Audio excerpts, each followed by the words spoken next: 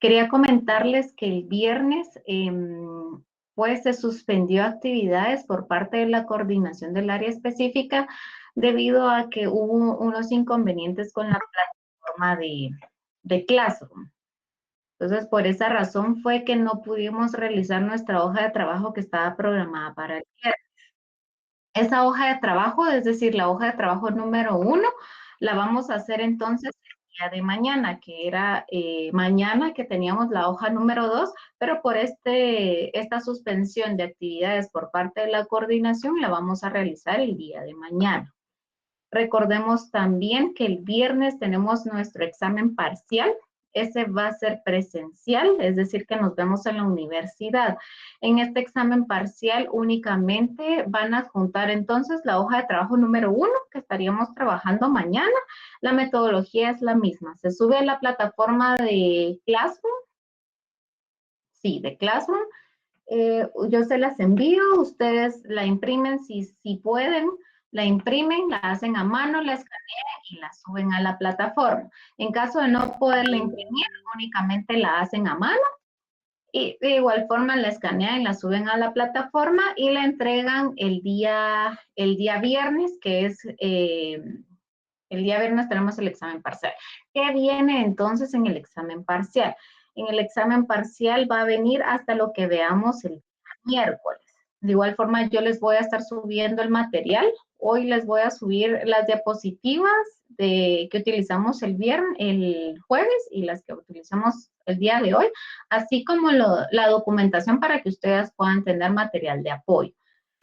Y creo que estaban preguntando también por el enlace de WhatsApp. Para que estén en el grupo de WhatsApp, Brian ya nos hizo favor de compartirlo en el chat para que ustedes puedan ingresar al chat y ahí puedan tener comunicación con Brian. Entonces recordemos que cualquier situación inconveniente que ustedes tengan con sus hojas de trabajo pueden abocarse a él, pues para que le encontremos juntos una solución. Entonces, la hoja de trabajo va a quedar entonces distribuida de la siguiente forma. La hoja de trabajo número 1 va a ser el día de mañana, el día 11 de junio. La hoja de trabajo número 2 va a ser el 18 de junio. Y la hoja de trabajo número 3 va a ser el 21 de junio. Entonces, de alguna forma, parcialmente, vamos a obedecer lo que vimos el primer día de clases en cuanto a la organización de las clases, ¿verdad? De las hojas de trabajo. Y el viernes entonces nos vemos para el primer parcial y no olviden su DPI, que es su documento de identificación, ¿verdad? Entonces, si no hay ninguna duda respecto al examen parcial o a las hojas de trabajo, César Augusto. Buenas noches, licenciada. El examen va a ser en horario de clase y todavía y salón todavía no han dado, ¿verdad? Salón todavía no tenemos. El examen va a ser en el horario de clase, es decir, de 7 a 8 de la noche. Y cuando yo tenga el salón asignado, yo se los hago saber. De igual forma, Brian se los va a compartir cuando tengamos esta información. La Muchas hoja de gracias. trabajo, por nada, César, la hoja de trabajo quedamos un tiempo límite hasta las 10 de la noche. A las 7 de la noche ustedes la van a tener en la plataforma o bien Brian puede reenviárselas al grupo de WhatsApp y sí necesito que todos suban su tarea, su hoja de trabajo en este caso, porque si no es como que no lo hubieran trabajado. Recordemos que tiene un valor de 5 puntos, la primera y segunda hoja de trabajo. La tercera hoja de trabajo ya tiene una ponderación de 10. Creo que había otra mano levantada.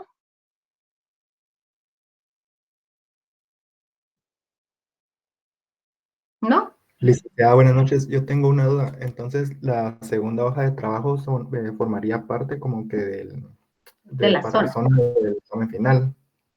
Así es, de la zona. Se va a tratar de darle su zona lo más pronto posible, tomando en consideración que el 27 sería su examen final. El examen final también va a ser presencial, de igual forma que el examen parcial. En el examen final me adjuntan hoja de trabajo número 2 y la hoja de trabajo número 3. Ya no lo vamos a hacer como habíamos platicado porque ya el viernes no pudimos tener actividades. Entonces, ahorita el viernes solo me adjuntan la hoja de trabajo número 1 y para su examen final, que es el 27, si mal no recuerdo, me adjuntan las otras 2 hojas de trabajo. ¿Queda resuelta su duda, Elmar? Sí, muchísimas gracias. Bien. José René tiene una duda. Sí, ¿para qué fecha está la segunda hoja de trabajo? Disculpa. La segunda hoja de trabajo es el próximo martes 18 de junio. Gracias. Bueno, entonces, si nadie tiene alguna otra duda respecto a las evaluaciones, forma del examen. Mire, vamos a tratar de distribuirlo. Déjeme ver, quiero ver. Julio Fernando. Julio Fernando, solo amplíeme su Sí, pregunta, por favor. licenciada. Sí, dígame. ¿El examen vendrán de preguntas directas o falso y verdadero, selección múltiple? A esa forma me refería. Ok, eso está todavía a consideración, Julio Fernando. Pero lo más seguro es que sí tenga una serie de preguntas directas, pues para que ustedes puedan escribir un poco. Muy bien, licenciada, gracias. Bien. Así es, en base a las diapositivas y el material de apoyo que se les va a estar enviando. Eva Alejandra. Buenas noches, licenciado. Buenas noches, Eva. Yo tenía una duda respecto al tiempo del parcial. ¿Vamos a usar todo el periodo de clases, o sea, la hora, o usted nos va a dar un... No, vamos a usar la hora. Entonces, ese día sí, por favor, yo sé que es viernes, al menos el del examen parcial, sí les pediría un poquito de puntualidad porque sí, pues solo tenemos asignada la hora para realizar el examen. Ok, gracias. Bueno, no olviden su DPI, por favor, para objeto del examen. Bien. Perdón, Lita, fíjese que para el WhatsApp no tenemos el número de Brian. El número de No lo Brian. tenemos. Sí. Sería bueno que lo pudiera mandar, por favor. Vaya. Brian está en el grupo de WhatsApp, entonces vamos a ver si Brian nos puede compartir por esta vía su número de teléfono, su contacto para poder tener un acceso más directo con él. De igual forma, si usted tiene alguna duda, José René, puede realizarla en el grupo de WhatsApp. Si a lo largo pues, del día le surge alguna otra duda antes que nos veamos o después que nos veamos, usted puede utilizar el grupo de WhatsApp. Pues ese sería el objetivo principal del grupo de WhatsApp, que ustedes puedan tener un contacto más directo con él. Si la situación a plantear no la puede resolver entre usted y Brian, pues ya nos comunicamos los tres, pues para poner en consideración su situación y ver de qué forma lo resolvemos. Ya lo tengo, ya lo ubiqué. Gracias. ¿Ya lo ubicó? Ya lo ubiqué. De igual forma, él está presente en las sesiones. Entonces, usted también puede contactarlo por esta vía, cualquier situación. En el grupo de WhatsApp creo que es más directo. Vale. Bien, si no hay ninguna otra duda, vamos a continuar con la clase que dejamos incompleta el día jueves. De igual forma, si tienen alguna otra duda que les surja en relación al parcial o las hojas de trabajo, vamos a dar unos minutos antes de finalizar la clase, pues para que ustedes puedan exponerla. Entonces, solo les voy a compartir mi pantalla.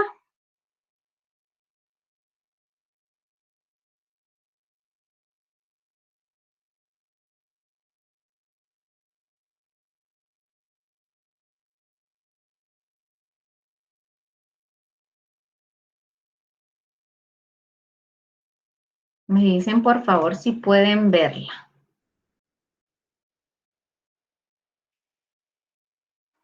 Sí, Licta, ya se ve.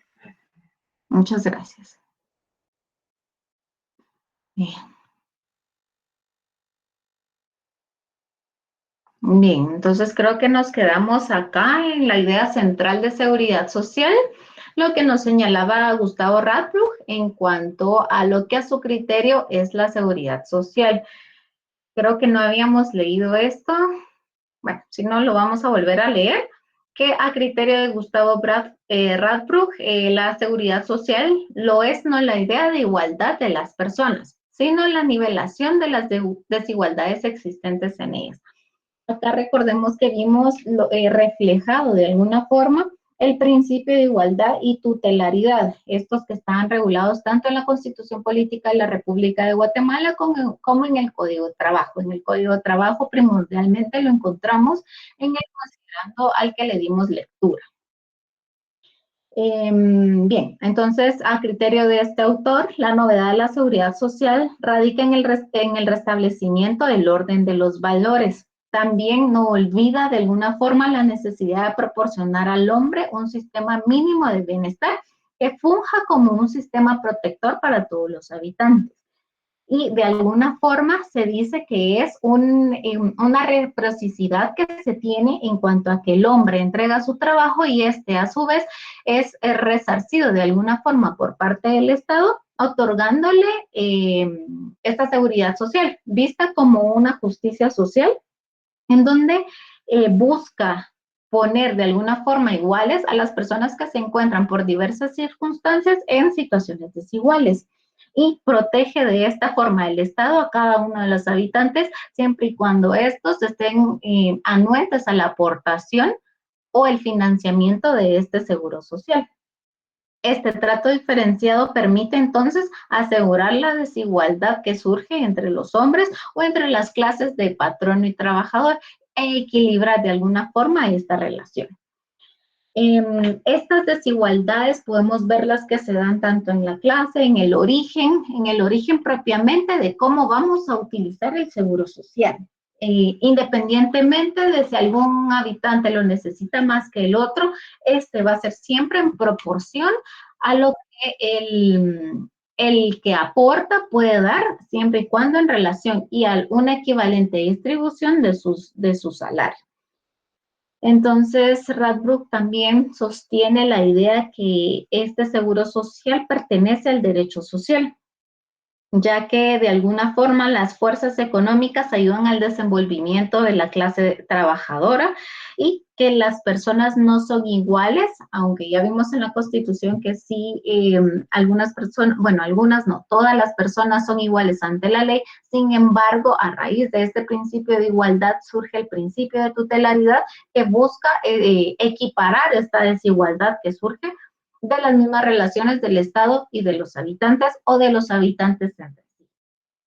A raíz de esto, entonces, surge el llamado estado de bienestar o el estado benefactor, en donde podemos ver que el Estado funge un papel de intervención, que esta es una característica propia del estado de bienestar o del llamado estado benefactor. ¿Y por qué surge esta intervención por parte del Estado? Porque una de las funciones principales de la seguridad social radica en las sociedades que tienen un seguro social moderno y este es fundamental para mantener el ingreso y combatir la pobreza por medio de transferencias de beneficios. Estos beneficios que pueden ser monetarios o en especie. Entonces podríamos decir que la seguridad social es un tipo de objetivo central propio de la civilización en búsqueda. Es decir, este objetivo principal surge en la búsqueda de alcanzar una mayor bienestar. Esta protección implica prever algunos factores que atentan contra su seguridad, tanto física, material, patrimonial. Estos tipos de seguridad son los por los que vela el Seguro Social, que está a cargo del estado de bienestar o estado benefactor.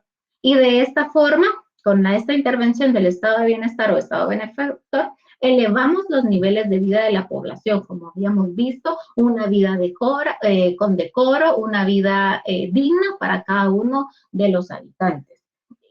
Incluyendo a su núcleo, es decir, a la familia, y hablamos por núcleo o por así decirlo, la familia más cercana, porque si bien es cierto el Estado, si de esta forma estamos limitadísimos, abarcando toda la familia, también de alguna forma estos beneficios también se reducirían. Entonces, por esa razón es que abarca el núcleo familiar, también tomando en consideración que si el afiliado es la cabeza de familia y este se queda en alguna de las condiciones que le generan desigualdad o peligro tanto a su salud como a su patrimonio, es aquí donde el estado de bienestar entra para proteger a este afiliado o a este ciudadano y a su familia también. Entonces, este seguro social se ve como una estrategia nacional para resaltar los valores humanos. Y estos asumen mecanismos de contingencia en la vida de cada uno de sus habitantes para contribuir al progreso individual de cada uno y en colectividad al progreso de los pueblos. Aunado a esto, este tipo de seguridad social cumple con una revolución cultural. Esta revolución cultural conlleva la seguridad social contemporánea, porque como habíamos visto, la sociedad se transforma, la sociedad cambia y a raíz de estos cambios, las necesidades también cambian, las necesidades también se transforman. Entonces, por eso se dice que este seguro social tiene que atender a la revolución cultural. Este seguro social debe de ser cambiante y debe de ser contemporáneo. No olvidemos también que atendiendo a estas formas de protección colectiva, debemos atender la solidaridad social, que era lo que conlleva la triple contribución, en donde vemos reflejada la participación del trabajador, la participación del patrono y del Estado. Por eso es que se llama estado de bienestar en su búsqueda del bienestar individual y como consecuencia de esta búsqueda de bienestar individual, el bienestar a nivel de colectividad. Y con esto, cada uno de los habitantes a forma individual afrontan con mayor confianza y obtienen mejores resultados ante las vicisitudes propias de la existencia cotidiana.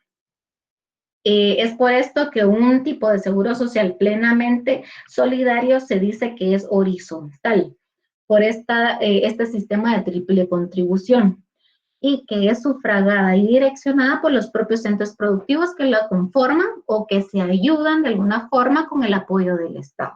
Es decir, que si fueran vertical, únicamente el Estado sería quien soportaría este apoyo, dejando por un lado tanto al trabajador como al patrón.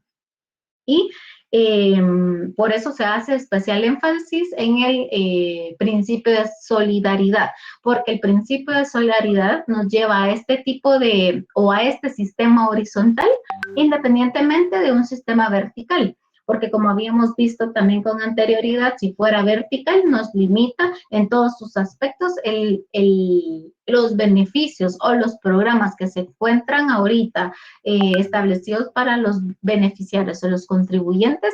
Con este sistema vertical también se estarían totalmente restringidos y no se atiende en cuanto a la distribución o en cuanto al salario que devenga el afiliado para aportar en este seguro social.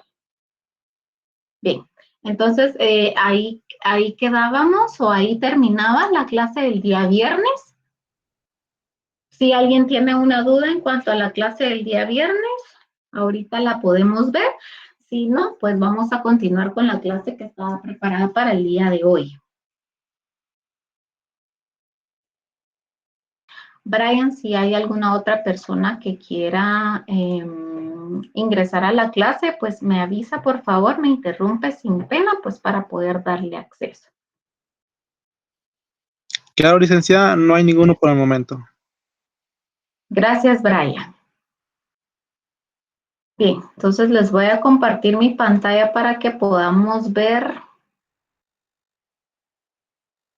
la presentación del día de hoy.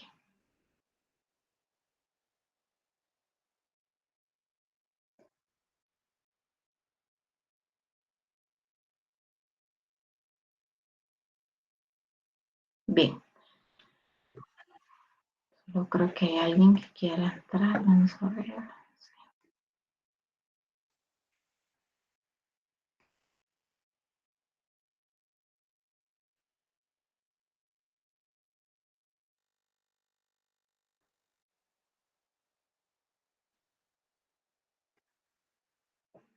Bien, entonces vamos a a empezar con la clase de hoy, que hoy vamos a ver lo que es los orígenes de la seguridad social moderna. Quiero explicarle un poco entonces, porque vamos a ver, si ustedes lo ven a simple vista, vamos a ver un poco de los mismos temas que vimos el jueves. Pero el jueves, por así decirlo, es una doctrina, es la forma teórica de cómo se originó la seguridad social. Con este origen de seguridad social moderna, vemos ejemplos o vemos claros ejemplos de cómo inició. Podemos mencionar países, años, de cómo inició o cómo tuvo su trayecto el seguro social, más que todo. Es decir, cómo inició aplicándose tanto en el sistema feudal a cómo se inicia en la actualidad. Entonces, aquí también vamos a abordar lo que habíamos visto del Estado benefactor, pero ahorita en esta clase vamos a ver cómo se aplica. En la clase anterior o en lo que vimos hace un momento es lo que busca aplicar o de qué forma quería aplicarlo. Ahorita ya lo vamos a ver un poco ya aplicado. Solo quiero ver si quiero ingresar. Bien. Entonces, acá vamos a abordar un poco de los orígenes en cuanto al capitalismo. Entonces, vamos a empezar viendo que el origen de la sociedad, de la seguridad social moderna, radica principalmente en el reconocimiento del derecho a la vida. Como un derecho fundamental de todas las personas, incluso de todos los habitantes, ya sean antes en el capitalismo se veía como de la clase obrera o de la clase feudal. En este caso, podemos decir puntualmente que uno de los orígenes de la sociedad y de la seguridad social es el derecho a la vida. ¿Y por qué el derecho a la vida? Sino que porque se establece como un derecho fundamental de toda persona, de todo habitante, y es que sin esta no podemos ver lo relativo a la integridad, al seguro de la salud, al seguro patrimonial, al seguro financiamiento. El punto medular, entonces, recordemos del seguro social, incluso moderno, o el anterior o el antiguo, es el derecho a la vida. Entonces, recordemos que el desarrollo del capitalismo, esto fue en el siglo XIX. Con este desarrollo del capitalismo se acrecienta la necesidad de establecer un mercado de mano de obra competitivo. Este debía ser libre de protecciones que se consideraban innecesarias y contrario al progreso económico. Acá podemos ver principalmente que este evento en cuanto a la economía o en cuanto a la política y la sociedad se remonta en Inglaterra principalmente. Entonces, ahorita vamos a hablar específicamente del caso de Inglaterra y cómo los demás países adoptaron estas medidas de Inglaterra. Es decir, entonces, que Inglaterra empezó con los proyectos de seguridad social. Podríamos decir de alguna forma que a prueba y error, Inglaterra fue el plan piloto de la seguridad social, y a raíz de estos planes o de estos mecanismos que se fueron adoptados en Inglaterra, de los cuales pudieron ver qué sistemas funcionaban, qué sistemas contribuían a la pobreza o qué sistemas sí cumplían su función de proteger a la clase trabajadora, es de esos planes pilotos o de esas ideas que se apoyan todos los demás países para optar o adoptar de alguna forma en su propio país con diferentes leyes, diferentes legislación o diferentes mecanismos, pero siempre y cuando respetaran derecho a la vida como un derecho fundamental. Es decir, todos los sistemas de seguro social que se adoptaron como modelo de Inglaterra en ese entonces fueron tomados de los sistemas utilizados en Inglaterra. Entonces, en aquella época, con el seguro social se buscaba asegurar la vida, como habíamos visto que es un derecho fundamental. También buscaba la subsistencia mínima, y para garantizar esta subsistencia mínima se adoptaban las llamadas medidas de emergencia, que en su momento trajeron consigo innovaciones en el terreno tanto económico y social. Es decir, al abordar la economía del país, también se abordaba de alguna forma los ámbitos sociales, porque recordemos que estos van de la mano. Es decir, a incremento, o en aquel entonces consideraban que al incremento de la economía se lograba el orden o la estabilización social, y no siempre fue así. Recordemos que como eran planes pilotos de alguna manera, o mal llamado así, también tenían inmersos algún tipo de error, y estos errores lamentablemente eran sufridos y sufragados por la misma sociedad.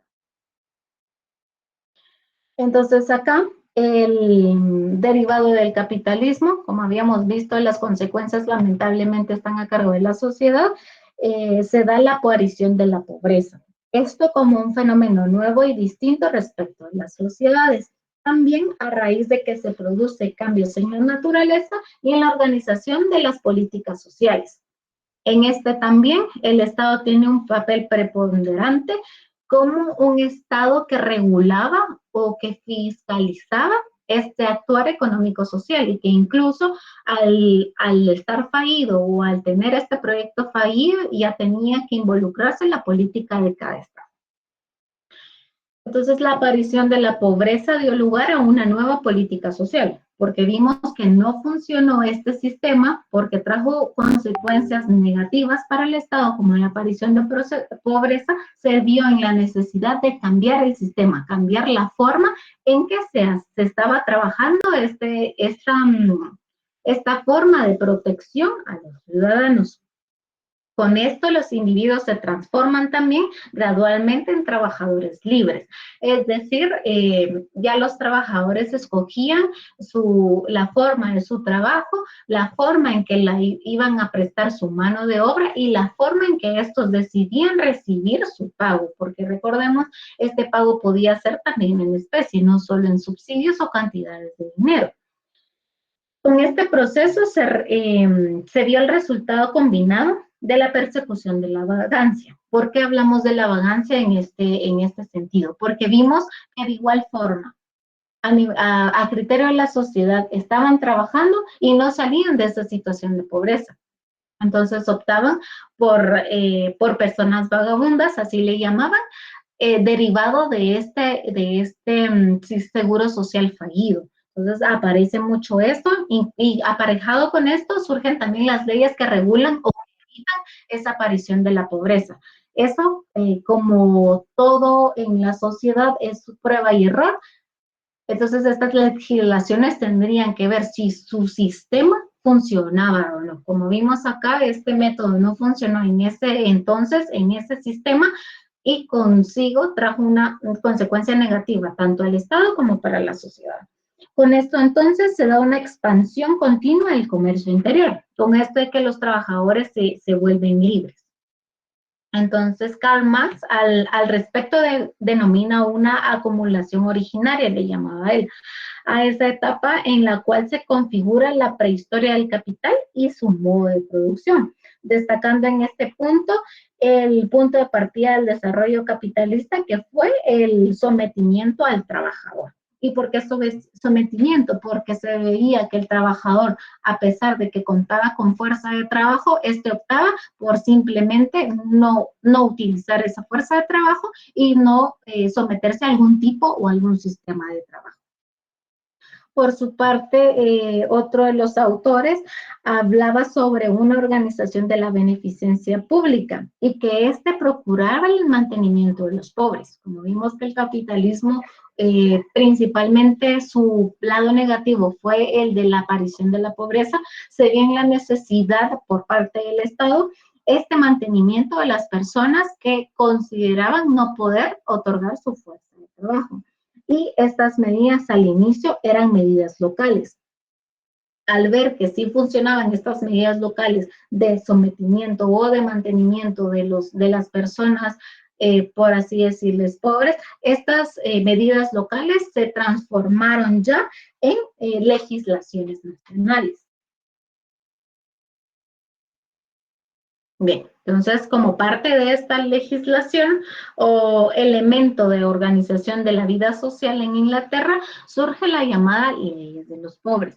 Esta hace responsable a cada parroquia del cuidado de sus pobres. En esta ley se distinguían 4 tipos de pobres, así le denominaba esta ley. Las personas sin empleo, las personas que eran incapaces, es decir, que a pesar de que cumplían con la edad requerida, no podía utilizar su fuerza de trabajo. También abordaban a los ancianos y a los niños. Entonces, esta denominada ley de los pobres reglamentaba el trabajo como podríamos decir que esta ley funcionaba como lo que es ahora el Código de Trabajo. Se establecía también o se denominaba pobre a toda persona necesitada o la gente que no tenía los ingresos necesarios para mantenerse. En los inicios del capitalismo, la organización laboral de Inglaterra tenía una ley que reglamentaba la ley, que reglamentaba a los desempleados o a las personas inempleables. Estas personas eran las que por alguna razón, ya sea en su salud o que padecían de alguna enfermedad, no podían prestar su fuerza de trabajo. Con esta ley se buscaba también disolver la banda de vagabundos, los cuales eran errantes, es decir, que no pertenecían al estado en los que ellos se encontraban de alguna forma en situación de vagabundancia. Esta ley de pobres se gestionaba localmente y también correspondía a la parroquia administrar las contribuciones, determinar quiénes están en condiciones de trabajar y quiénes no, de mantener el hospicio, también de enseñar a los huérfanos y niños abandonados a diferentes labores para que cuando estos ya estuvieran en la capacidad de prestar su mano de obra, estuvieran facultados para hacerlo o adquirieran de alguna forma a través de la parroquia alguna habilidad que pudieran con la que podrían contribuir a la sociedad. También se ocupaban del cuidado de los ancianos, del cuidado de los enfermos, incluso atendían los entierros de las personas indigentes. Esta ley de los pobres se complementaba con una legislación que se llamaba, o que le llamaban en aquel entonces, ley de asentamientos. Esta fijaba el domicilio legal de las personas y limitaba su movilidad. ¿Por qué surgió la necesidad de limitar la movilidad? Porque como habíamos hablado, esta ley de los pobres establece que cada parroquia debe cuidar a sus pobres. Y si, por ejemplo, el que le correspondía a la parroquia A se moviliza a la parroquia B, de alguna forma aumentamos la cobertura de esta parroquia y por ende, al transcurrir el tiempo, esta ya no se iba a poder hacer cargo de sus propios ciudadanos. Al final de esto, entonces, después de todas estas situaciones de control, la situación de los cuidados y las funciones primordiales de cada parroquia, se le otorgó a las parroquias denegar a la ayuda a quienes no querían alojarse en estos establecimientos o a quienes también no siguieran las reglas que se establecían dentro de estos establecimientos. Acá, con esta ley de los pobres, se caracterizaban 2 ejes de la estructuración de la sociedad y cómo se iba a trabajar el seguro asistencial en los inicios del capitalismo. Y era, primero, la exigencia del territorio para evitar la criminalización, y el segundo era el ejercicio de una tutela comunitaria.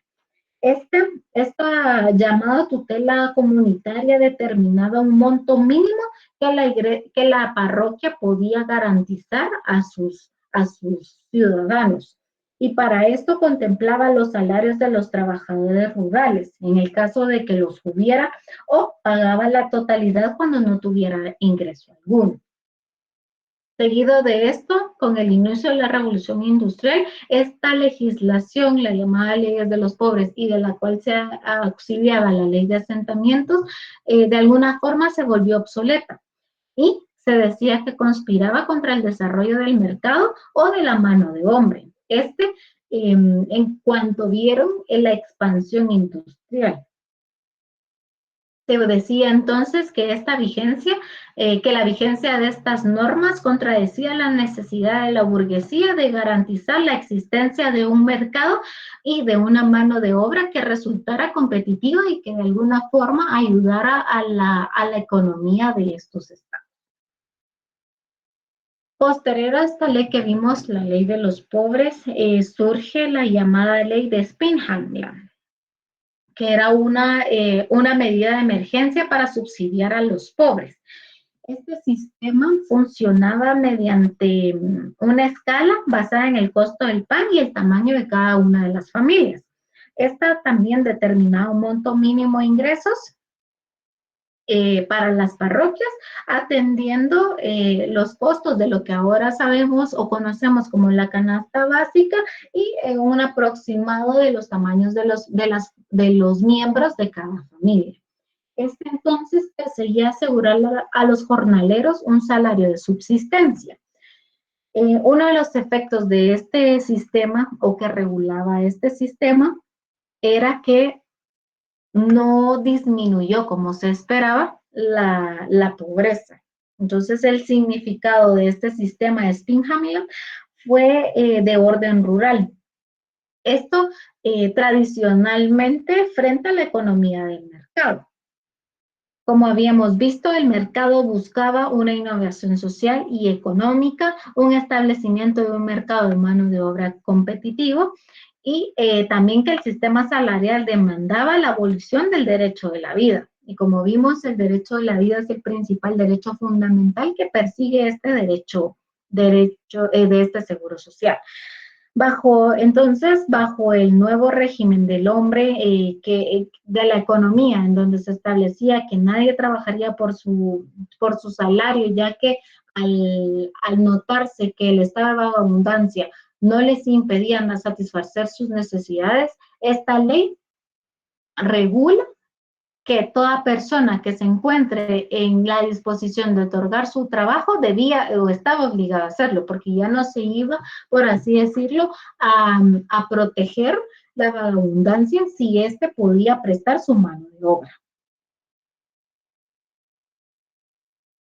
Como vemos entonces, la ley de Spinhamlan buscaba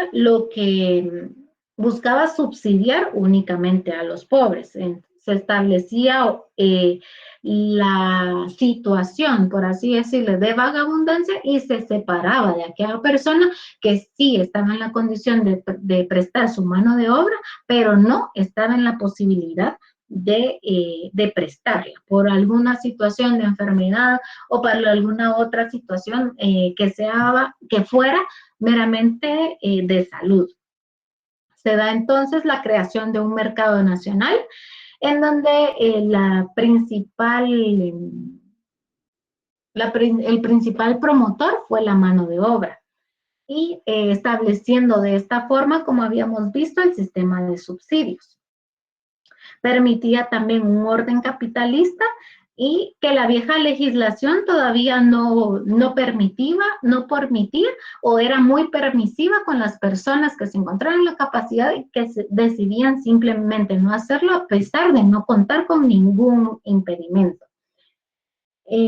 Con esta ley entonces se anulaba por completo las leyes anteriores porque veían que en estas situaciones de vagabundancia sí funcionaba la ley de Spinhamlan. Esto con el objeto de que las personas que sí se encontraban prestando su mano de obra, sometiéndose a un régimen de trabajo, se les aseguraba esta protección, y esta protección es a través del seguro social.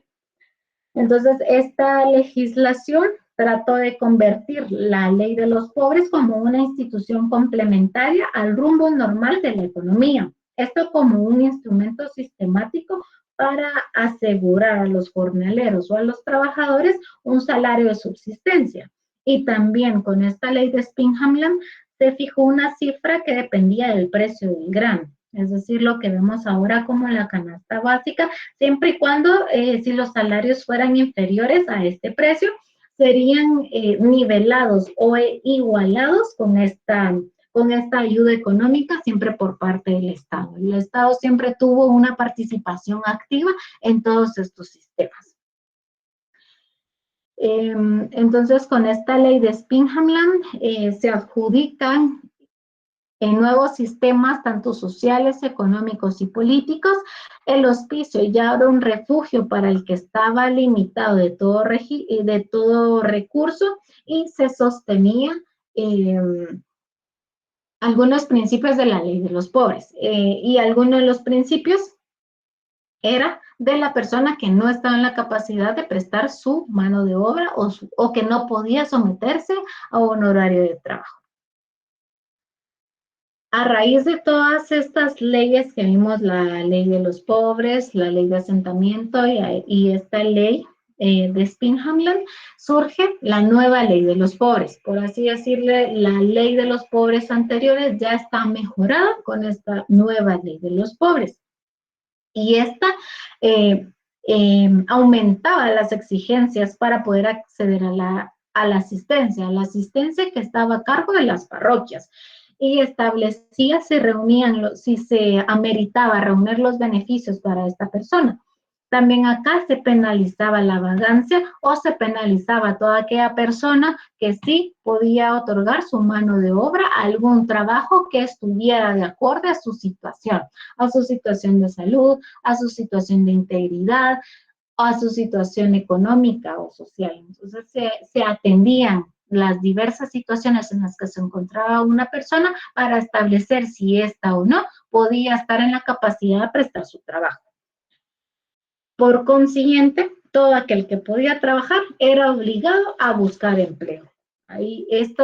Acá vemos entonces el principio de obligatoriedad que ya con esta nueva ley de los pobres, el Estado, a través de la parroquia, denegaba de alguna forma esta asistencia a las personas que no podían encontrar su subsidio por sí mismas y penalizaba a todo aquel que no estaba en la disposición de encontrarse sujeto a prestar su mano de obra siempre y cuando le fuera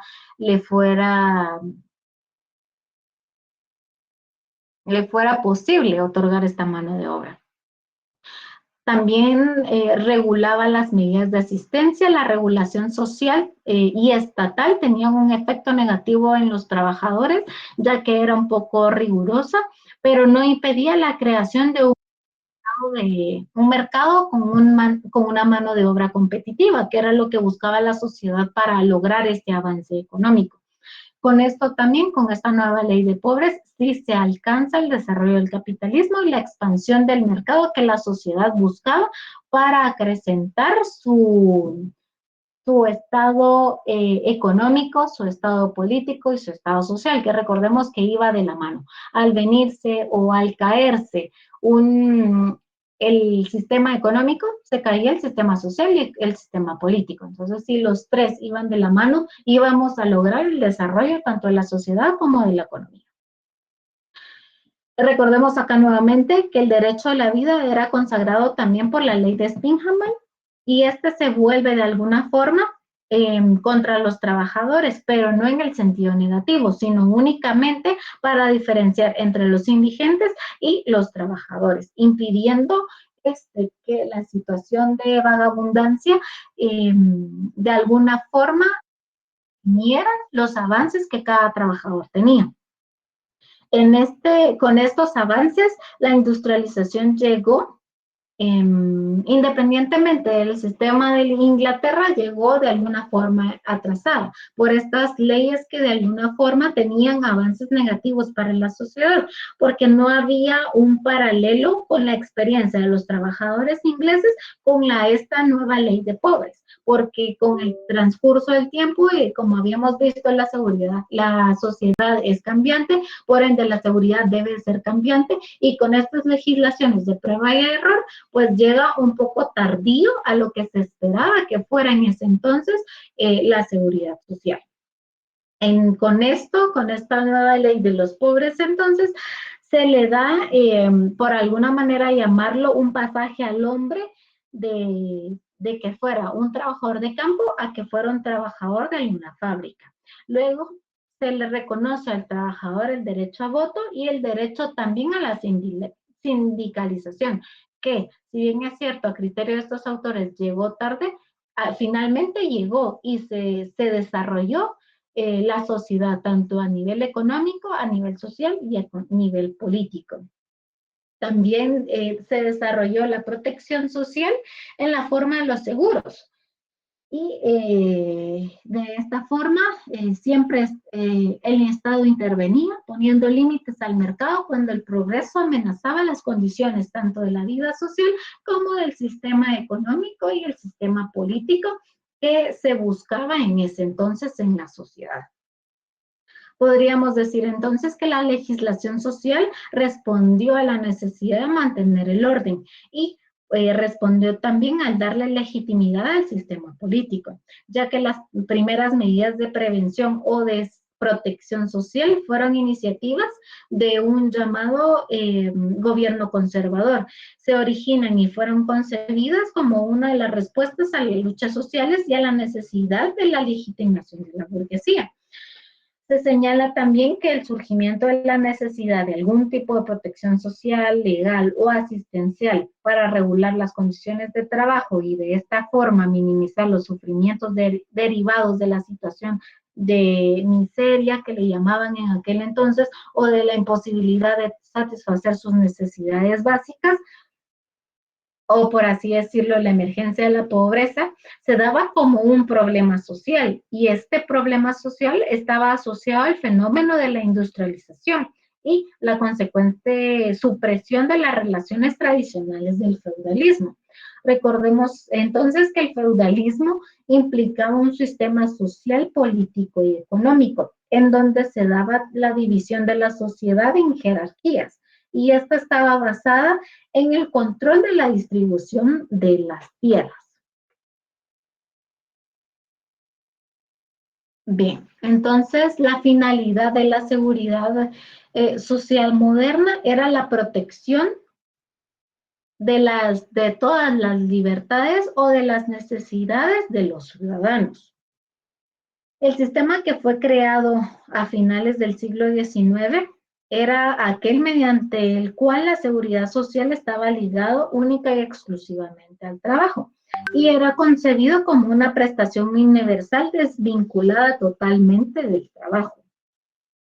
Con estas premisas, el surgimiento de ambos sistemas no estuvo separado del momento histórico y político en el que se desarrolló, porque en el primer caso, como habíamos hablado, se vio el Estado en la necesidad de poner límites a la expansión del movimiento obrero y que de esta forma se protegiera diferentes contingencias a los obreros mismos o a los trabajadores que prestaban su mano de obra. Y en el segundo de los casos, el fin de la Segunda Guerra Mundial, que fue un marco que se dio junto con el desarrollo de una propuesta de prestaciones universales y uniformes que fueran financiadas con impuestos. En conclusión, la ideología de la seguridad social tenía distintos enfoques según desde el punto de vista que se viera, desde la burguesía o de los obreros, que en ese entonces podríamos decir que la clase burguesa era aquella encaminada o principalmente representada por los obreros. Y estos ahorraban para cubrir sus necesidades o ahorraban para prever estas circunstancias que le impidieran en algún futuro continuar con su mano de obra o su producción. Y con estos ahorros o con estos fondos de ahorro podrían cubrir sus necesidades básicas. Y esto no ocurría con la clase obrera, que no tenían capacidad de ahorro, ya que su salario iba única y exclusivamente a solventar sus necesidades, incluso básicas. Entonces, la finalidad o la principal finalidad de la seguridad social moderna es proteger de las diversas contingencias que puedan verse afectados o prever estas contingencias a los trabajadores propiamente. Acá vemos de nuevo el estado de bienestar, que esta constituye una fórmula para moderar el conflicto social. Este conflicto social surge de las diferencias entonces de los cambios tanto político, social y económico que atravesaba la sociedad en ese entonces. Y también cuando la confrontación entre la lógica y la democracia tanto de las masas afectaba la organización de los capitalistas. Entonces se decía que se expresaba a través de la lucha de las clases, el desarrollo de los estados de bienestar y de los partidos políticos electorales, que estos fueron, tanto el estado de bienestar y los partidos políticos, elementos estabilizadores y de contención del conflicto social. Estos que permitieron al capitalismo sobrevivir. Y se convencía entonces con este estado de bienestar que las sociedades no vivían compatibles con el capitalismo y con la democracia plena, basada estas en un sufragio universal e igual a todos, sino que tenían que buscarlo para lograr este estado de bienestar y para lograr moderar y estabilizar los conflictos sociales. Se dice entonces que la coexistencia de ambos elementos de esta organización social, de la democracia representativa y del capitalismo, se mantuvo y se consolidó aún a costa de sacrificar los postulados del estado de bienestar. Aunque a pesar de haberlos, por así decirlo, puesto en riesgo, el estado de bienestar no perdió su finalidad de alguna forma apaciguar o moderar este conflicto social. Entonces, en América Latina, las políticas de bienestar tuvieron un diferente desenvolvimiento, esto debido a la contradicción que se dio entre la relación de la naturaleza del Estado, de su política, de los avances y retrocesos que tuvo la construcción del Estado de Derecho, atendiendo también los contenidos democráticos y sociales. El estado de bienestar entonces se caracterizó por la prestación de una serie de servicios sociales que cubrían las necesidades básicas de los trabajadores. ¿Y qué eran estas necesidades? Estábamos hablando de salud, de pensiones, de desempleo, también de las asignaciones familiares que tenían, también cubrían estas necesidades, se prevía también accidentes de trabajo, incluso enfermedades profesionales, para asegurar de alguna manera los beneficios a un nivel mínimo en la vida de las personas que aportaban a este seguro social, considerando la prestación como un derecho social y no como una caridad, como lo vimos en el ejemplo de la asistencia social. Estas fueron configuradas por el legislador también en cumplimiento a mandatos constitucionales. Como vimos, todas estas medidas o tipos de seguridad social, incluso sus planes pilotos, estuvieron normados por determinadas legislaciones que con el paso del tiempo, con la sociedad cambiante, se vieron obsoletas, pero siempre estuvo un instrumento normativo que regulaba, modificaba y fiscalizaba esta actividad de bienestar o actividad de protección. Entonces, cualquiera que fuera su origen o las contingencias que se estaban tipificadas, se buscaba siempre la seguridad del habitante a través de este estado de bienestar. Bien, entonces nos queda un momento para las preguntas. Si alguien tiene alguna pregunta, tenemos el espacio ahorita. Bien, tenemos justo el espacio.